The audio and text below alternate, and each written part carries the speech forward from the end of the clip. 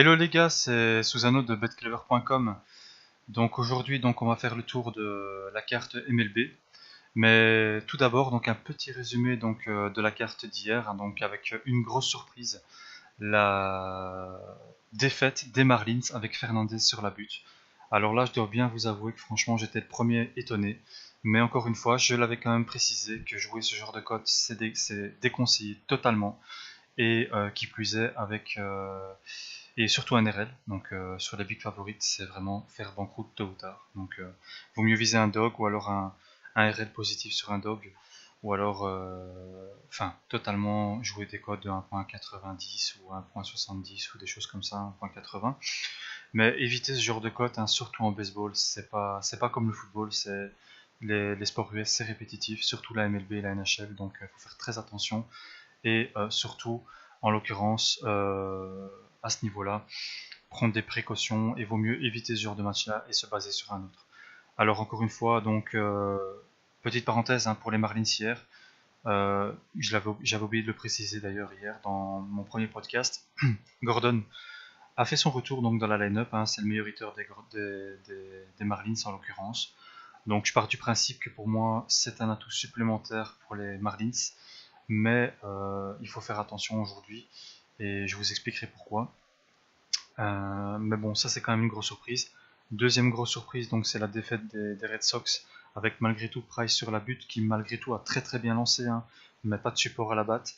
Je suis vraiment grandement étonné parce que Weaver c'est pas du tout mon lanceur préféré, mais je l'avais précisé aussi.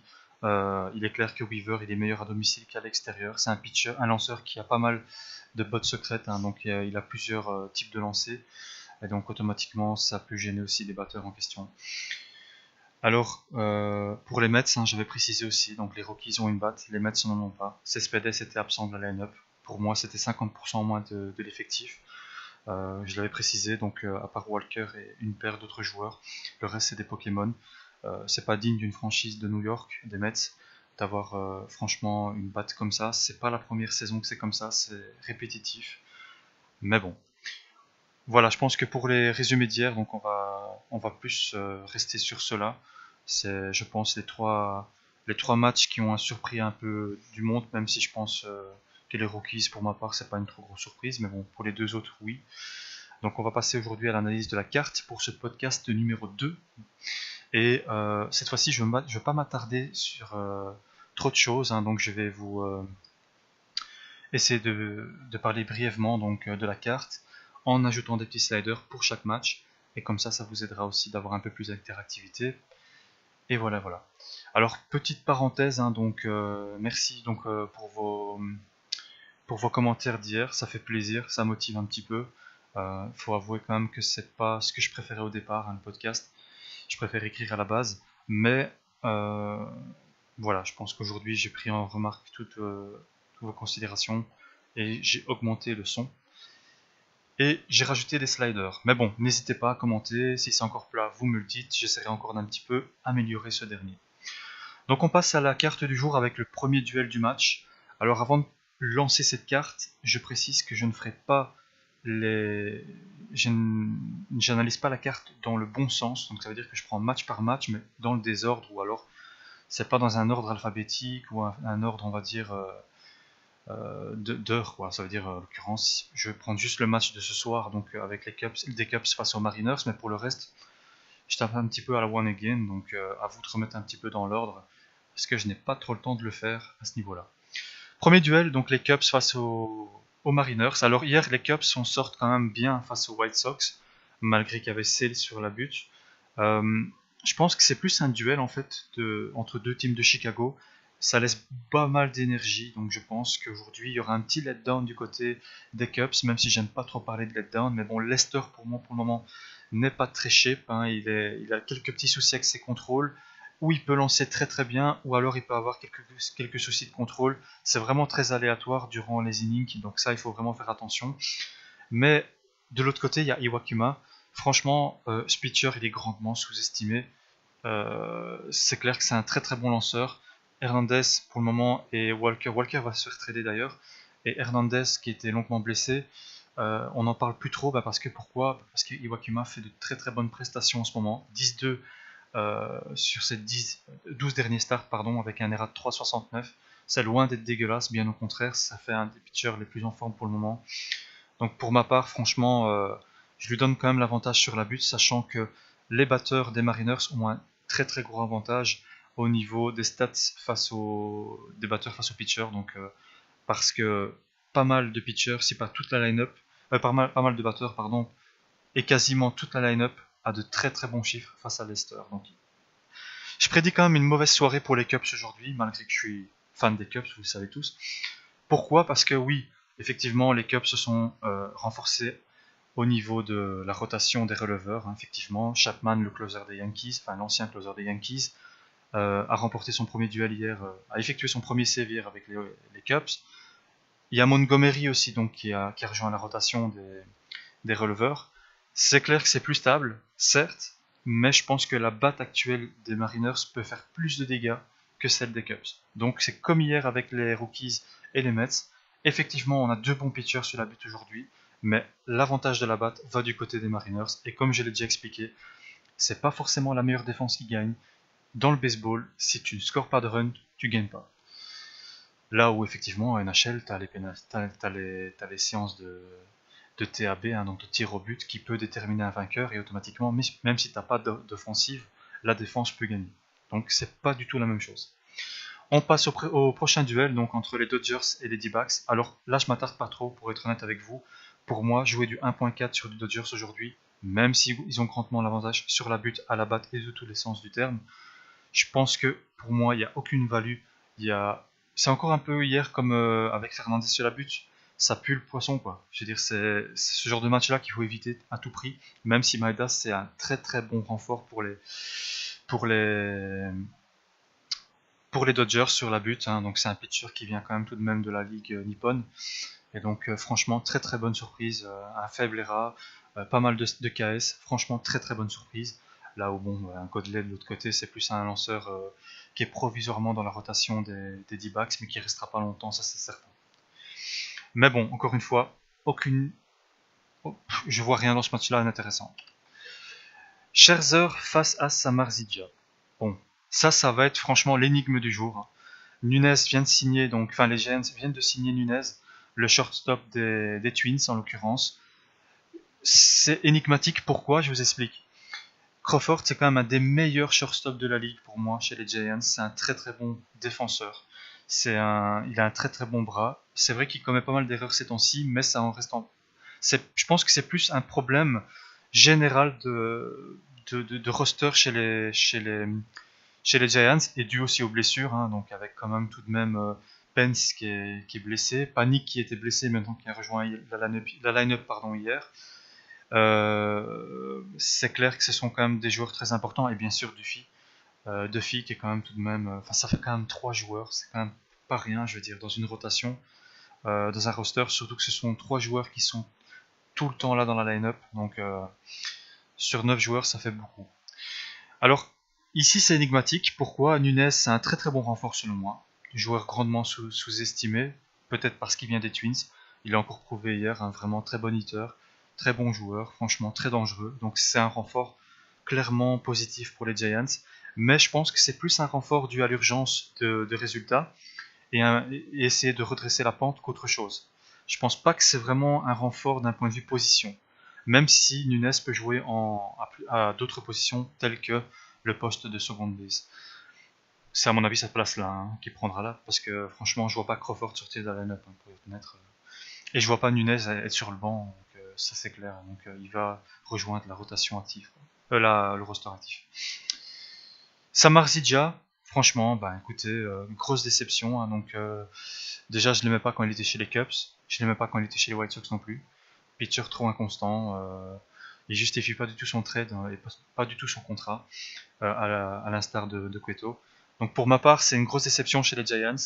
J'éviterais franchement de le jouer aujourd'hui, même si je pense que les Giants vont en prendre une tôt ou tard. Mais quand tu vois les chiffres qu'ont les batteurs des Nats face à Samarzidja, tu te dis mais comment Scherzer va perdre son duel aujourd'hui face à Samarzidja malgré l'urgence de résultats pour les Giants. Encore une fois, je dois le dire, je vois encore les Giants gagner, il faut être honnête. Un meilleur pitcher sur la butte aujourd'hui pour les Nats, un moins bon pitcher aujourd'hui chez la butte pour les Giants. C'est pas l'arrivée de Nunes qui va changer grand chose, je pense. C'est plus un problème de mentalité, de morale, je pense, au niveau des Giants. Tant qu'ils n'auront pas tourné le bouton, il n'y aura pas de bons résultats. Donc encore une fois, avantage ici pour les Nats.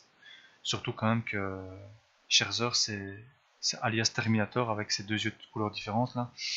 C'est une bête, hein. C'est une machine le mec, hein. 180 KS quand même. Et c'est quand même le double de Samar Sidja qui en a que 97 pour le même nombre de matchs à un match près. Quoi. Donc, on passe directement donc au Royal face aux Rangers. Volquez, hein, donc clairement meilleur que Ventura, ça c'est certain. Perez devrait, je l'espère, retrouver sa place aujourd'hui qui a été scratchette face à Butra, donc en tant que catcher. Donc c'est clair que pour ma part, les Royals ont l'avantage sur la butte aujourd'hui face à Griffin des Rangers. Ça c'est certain. Surtout que je m'attends quand même à un petit bounce back de la part des Royals, mais encore une fois, si je peux vous donner un conseil, ne jouez pas ce game tout simplement. Pour moi, c'est. Ou alors vous jouez le RL en faveur des Royals. J'ai pas vu la cote personnellement pour être honnête avec vous. Ça m'étonnerait que les Rangers soient en dog aujourd'hui. Je pense que plutôt que les Royals vont être en dog.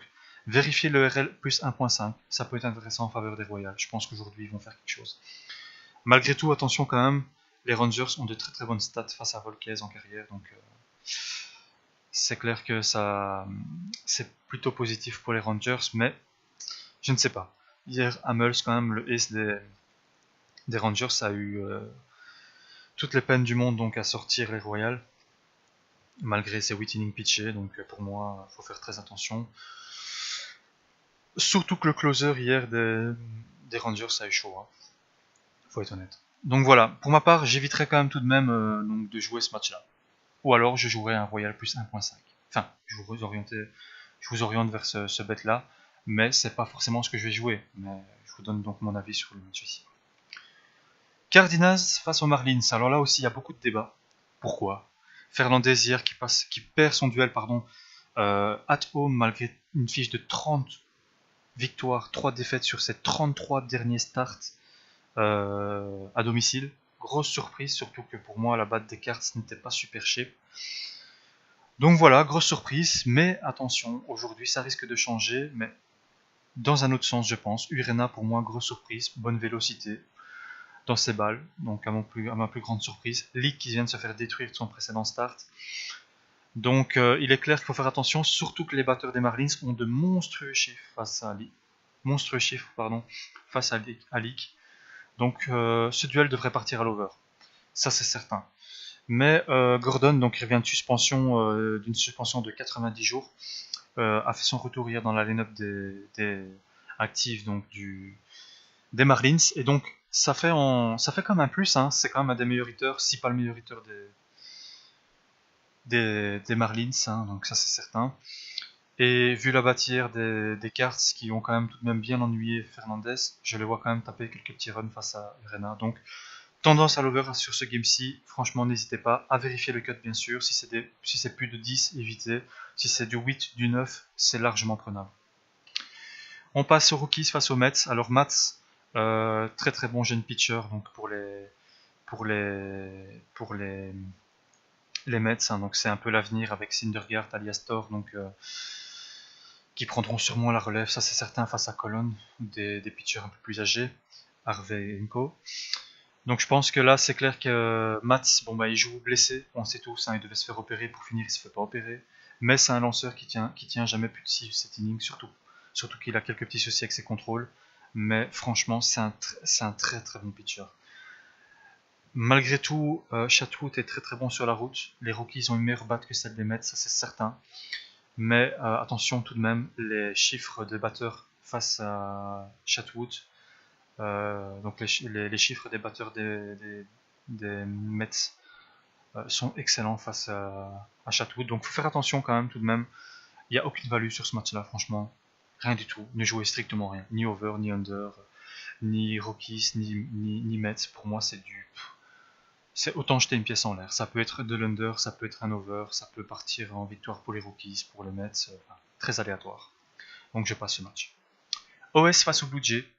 Estrada, hein, donc pour moi de loin le meilleur lanceur des Blue Jays, avec Sanchez actuellement, donc faut le savoir, il est très chef Sanchez, mais à la base c'est plus un releveur qu'un starter. Mais bon, il prouve quand même que cette saison il est très chef, donc. Mais bon, pour moi Estrada ça reste une valeur sûre. Mais Gausman est tout de même dégueulasse, hein. 0-6, enfin c'est pas difficile, il n'a pas encore gagné un start cette saison sur la route. Les Blue Jays ont une bonne batte, les OS ont une bonne batte, mais les OS hier ont galvaudé à la batte. Pourquoi? Un RISP médiocre hier. RISP, donc je le répète, c'est runner in scoring position. Donc c'est clair que hier les Twins s'en sortent très bien. Donc pourquoi? Parce que les OS avaient pas mal de joueurs sur base, mais ils en ont pas profité malgré des bases de 3 loudettes avec parfois 0 out. Donc on se demande comment ils ont fait pour perdre le duel d'hier. Aujourd'hui ils envoient Gausman, et je pense qu'avec la batte actuelle des OS, de ce que j'ai vu hier et de ce que je sais des Blue Jays, c'est un duel qui peut largement partir en sucette, donc en over. Pourquoi? Parce que Estrada, malgré ses bonnes performances, revient de blessure tout de même, revient de la disabled list. Donc pour moi, attention, c'est un duel à rivalité tout de même. Les deux bats sont en forme et les pitchers pas forcément. Donc tendance à l'over sur ce game-ci. Alors les Padres face aux Reds, hein, donc duel de tanche, hein, on va pas vous le cacher. Donc Cashner qui vient d'être tradé donc chez les Marlins, donc c'est quand même, je pense, synonyme d'une équipe des Padres qui va clairement s'enfoncer encore plus, hein. Donc après le trade de Pomeranz chez les Red Sox, après le trade de leur closer aussi, après le trade de Shield chez les White Sox, on se demande ce qui va rester chez les Padres. Après le trade de Upton Jr. chez les Tigers, on se demande franchement comment ils vont faire encore pour gagner des games. Mais bon, en face Finnegan, hein, donc honnêtement, sur la butte, autant vous dire que franchement, c'est un duel pourri, tout simplement. Jackson, donc grosse énigme, hein, donc c'est un vétéran à la base, donc qui revient, qui a sorti quand même une bonne prestation. Donc pour moi, c'est clair qu'il aura l'avantage face à Finnegan aujourd'hui. Mais encore une fois, très compliqué de juger. C'est un duel de tanche pour moi, d'équipe de tanche. J'éviterai de jouer tout simplement. Je donnerai quand même tout de même un avantage aux Padres. Euh, donc voilà, mais match à éviter. Match à éviter les gars. Franchement, c'est pas ce genre de match là que vous allez trouver une value, quoi. On passe encore un duel de tanche, encore qui plus est, Phillies face aux Braves. Alors les Braves hier, avec Whistler qui s'est fait détruire, hein, bon, à l'image de sa saison actuelle, c'est clair que c'est pas des lanceurs qui resteront dans la rotation, ça c'est certain. Mais aujourd'hui, Jenkins, c'est pas mieux. 0-2, 6 DERA, plus de 6 DERA, 11 KS seulement. Et là en face, il a Velasquez, le meilleur pitcher actuellement des Phillies, très en forme, fortement demandé pour la période de trade. Donc je pense qu'il y a une possibilité que ce dernier se fasse trader avant la trade deadline. Donc euh, pour moi, il devrait avoir grandement l'avantage face aux Braves aujourd'hui. Donc pour moi, je donnerais quand même un gros avantage au niveau des Phillies sur la butte et au niveau de la batte aussi. Pourquoi? Parce que les Phillies ont une très mauvaise batte à domicile, mais une bonne batte entre parenthèses, sur la route. Donc encore une fois, je donne l'avantage ici aux Phillies qui devraient, selon moi, facilement l'emporter aujourd'hui. Mais encore une fois, duel de tanche, hein. Donc franchement, quand on voit les bullpen derrière, il suffit que Velasquez se loupe un petit peu et derrière ça suivra pas forcément. Mais bon, ça vaut la même chose pour les Braves. Voilà, donc ça c'est pour ce match-ci. On passe au suivant avec les Pirates face aux Brewers. Alors Guerra, pour moi, grosse surprise chez les Brewers, un des meilleurs lanceurs cette saison, un faible erreur en dessous des 3, 80 KS quand même tout de même. Très franchement, Guerra c'est pas vraiment un jeune non plus, hein, 31 ans déjà quand même. Je vais pas dire que c'est un vieux de la vieille, mais bon, il a de l'expérience. Là où en face, on aura Brault qui effectuera ses débuts. Donc son premier grand start donc en Ligue majeure. Donc pour moi, les Brewers partent grandement favoris aujourd'hui. Pourquoi? Parce que je pense que Guerra pourra tenir longuement limiter la casse derrière. Mais bon, encore une fois, difficile. Pourquoi? Parce que Luke Roy va se faire trader. J'ai pas regardé l'actualité. Alors les gars, j'ai pas regardé l'actualité pour Luke Roy. Je sais pas si c'est fait trader aujourd'hui pour finir. À l'heure où je vous parle, à 17h, je n'ai pas été voir l'actualité actuelle, donc je ne sais pas si c'est fait trader, mais en tout cas, je pense qu'il est possible que le catcher, donc Luke Roy, se fasse encore scratchet aujourd'hui, ou que les Brewers l'économisent, on va dire. Donc pour moi, encore une fois, peut-être je n'ai pas vu les cotes, mais peut-être que jouer aujourd'hui les Brewers, c'est loin d'être dégueulasse.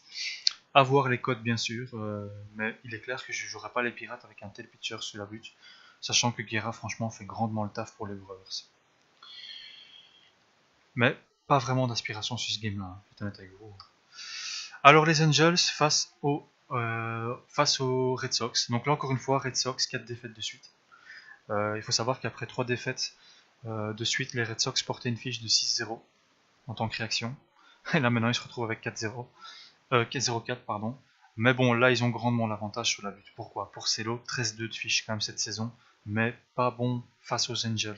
Les Angels ont de monstrueux chiffres face à Porcello, dont Trout et donc Pujols. Ils ont quand même de monstrueux chiffres, et Calhoun pardon aussi. Donc attention tout de même.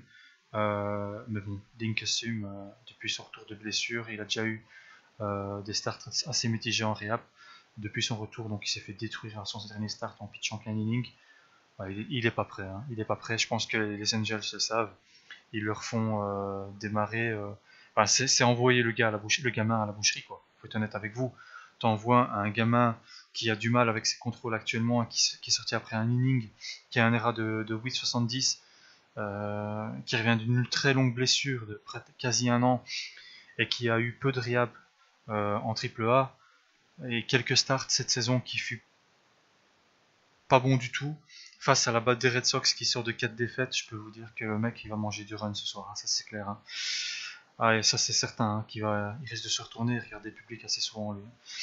Porcello, compliqué de jouer avec lui, de le jouer donc sur la route. Personnellement, je mettrais quand même une victoire des Red Sox. Je pense que Porcello, malgré ses mauvais chiffres, devrait s'en sortir aujourd'hui. Mais franchement, je taperai un over sur ce game, en espérant avoir un cut de moins de 10. Et à ce moment-là, je dirais, les gars, sautez dessus. Je pense que ce match-là devrait sortir un double digit. Surtout que les deux closers des Red Sox sont blessés, hein, je précise, avec Kimbrel et Uehara. Même si je pense que Kimbrel fera son retour samedi, je pense, donc demain. Attention, donc à vérifier si ce soir il ne reprend pas son poste, mais bon, en même temps il y a une blessure, donc est-ce qu'il sera à 100%? We don't know. Donc voilà, je pense qu'à ce niveau-là, les gars, donc vous savez que ce match-là, donc tendance à l'over grandement. Les Twins qui viennent de trader donc Nunez, hein, mais il reste quand même tout de même du talent dans la line-up, battent très en forme, mais aujourd'hui ils envoient Nolasco, pour moi qui est quand même dégueulasse, face à Quintana qui ressort vraiment de deux très bons starts. Les White Sox partent avec un gros avantage sur la butte, sachant qu'ils ont perdu hier avec Sale sur la butte face aux Cubs. Frustration oblige, hein, je veux dire tu perds ton duel face à l'autre team de Chicago, pardon. Je m'attends à un bounce back de leur part. Donc là, il est clair qu'avec 116 KS, Quintana, il est très cheap cette saison. Hein, donc franchement, je pensais pas. Je suis pour les deux teams de Chicago. Je pensais pas que Quintana allait faire une telle saison. Très très grosse surprise. Avec un ERA en dessous des 3. Il faut savoir quand même qu'un ERA en dessous des 3, c'est quand même excellent en baseball. Et 116 KS tout de même. Donc voilà. Attention tout de même. Hein. Donc les batteurs des Twins sont de bons chiffres face à Quintana. Mais par contre, les batteurs des White Sox ont de monstrueux chiffres face à Nolasco. Donc ce match-ci devrait être tourné à l'avantage largement de Quintana et des White Sox. Surtout que Nunez maintenant est parti chez les Twins, a été tradé pardon chez les Giants. Donc on va passer au duel suivant. Attendez petit instant. Avec les Rays face aux Yankees. Donc Nova, il devrait trader. Enfin, d'après ce que le manager avait cité, donc il devrait être tradé. Pour moi, il a des soucis avec ses contrôles, donc je pense que c'est pas un pitcher sur lequel on peut faire confiance, surtout qu'Odorizzi sort d'une très très grosse performance. Donc là, je donnerais un avantage tout de même au Ré. Mais attention, attention tout de même, les Yankees retrouvent une batte. Ils ont de monstrueux chiffres face à Odorizzi.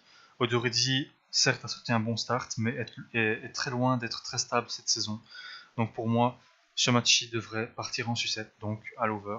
Tendance à l'over. Franchement, je vois pas autre chose qu'un over sur ce match-là. Très compliqué de trouver un ML sur ce game ou un RL en faveur de quelconque équipe.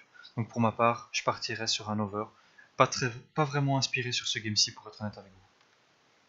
Les AS face aux Indians, alors Bauer a sorti, je pense, le plus mauvais start face aux Orioles à son dernier start. Graveman, pour moi, les gars, je suis désolé, hein, beaucoup pensent que c'est un noob. Pour moi, c'est un très très bon lanceur. Il retrouve du level. Franchement, il aura grandement l'avantage face à Bauer aujourd'hui sur la butte. Les AS ont largement les capacités de plier les Indians malgré qu'ils sont sur la route. La cote de 2.5 est totalement injustifiée. Pour moi, c'est le dog du jour, les gars. Donc si vous voulez vraiment une grosse cote, je pense que les AS aujourd'hui, c'est la plus grosse cote à tenter. Et je serais pas surpris de l'avoir gagné aujourd'hui. Donc un RL de plus 1.5 est grandement conseillé sur ce match-ci. Mais encore une fois, j'ai pas de line-up à disponibilité. J'ai pas été voir les éventuels day off que les joueurs pourraient recevoir. Et attention tout de même, parce que je pense que les Indians ont quelques blessés importants. Donc c'est à signaler aussi. Et Bauer n'est pas un lanceur qui tient plus de 5 ou 6 innings, donc il est clair que derrière, ça risque de piquer, même si bon, les AS n'ont pas un très bon bullpen. Alors les Astros face aux Tigers, hein, donc en l'occurrence ici, on parle tout de même de... Alors si je peux vous donner un conseil, ne jamais jouer les Astros sur la route. Alors, à vos risques et périls, c'est une équipe qui est dégueulasse depuis plusieurs saisons sur la route. C'est pas du tout la même équipe. Même si Boyd est sur la butte pour les Tigers, c'est tout de même bien dégueulasse. Mais McHugh n'a jamais gagné en carrière face aux Tigers. Et les chiffres des Tigers face à McHugh sont phénoménaux. Donc pour ma part, je ferai attention. Je partirai plus sur un over sur ce game, à vérifier le cut.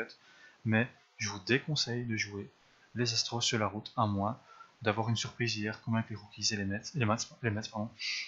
Pourquoi? Parce que tout bon pronostiqueur et tout bon connaisseur de baseball sait très bien que les Astros, c'est pas du tout la même équipe sur la route que à domicile. Donc à éviter amplement. Et ben voilà les gars, donc on a fait le tour de ce podcast. Très content donc d'avoir parcouru toute la carte avec vous. J'ai tenu le podcast à moins de 30 minutes. Donc je pense que là-dessus on a fait un petit effort. Et donc j'espère que ça vous aidera aujourd'hui donc, pour orienter vos bêtes. N'hésitez pas à commenter. Si vous voulez quelque chose en supplément comme information, n'hésitez pas à le mettre. Alors je vais créer un topic avec toutes vos questions-réponses. Comme ça, je prendrai chaque pseudo du forum et je répondrai à chaque personne pour chaque question pour le baseball. Pourquoi? C'est très simple. Pour ma part, je veux absolument que ce sport il soit plus connu en francophonie et que ce soit en France, Belgique, Suisse, Canada. Enfin Canada, je pense que ça va pas être compliqué. Hein. Au Québec, je pense qu'ils suivaient un peu plus ce sport-là que nous en France, en Belgique ou en Suisse. Mais en l'occurrence, je veux vraiment que ce sport-là il décolle en francophonie. Et je pense que vous êtes de plus en plus nombreux à aimer ce sport. On dit que ce sport est plat, mais pour moi, c'est pas du tout un sport plat ou un sport de vieux. C'est un sport vraiment qui est énergique, mais il faut vraiment prendre la peine de voir aussi un match intéressant au bon moment et aussi surtout visionner plusieurs games pour s'en rendre compte. Et vous allez voir, vous allez vite prendre connaissance donc de ces sports-là et vous allez vite comprendre que les sports US c'est quand même tout de même plus juteux et plus énergique que des sports européens qui sont plutôt plats. Et voilà. Donc merci à tous, bon bet à tous, on espère du vert pour la section aujourd'hui encore, et au podcast numéro 3. Alors, ciao les gars!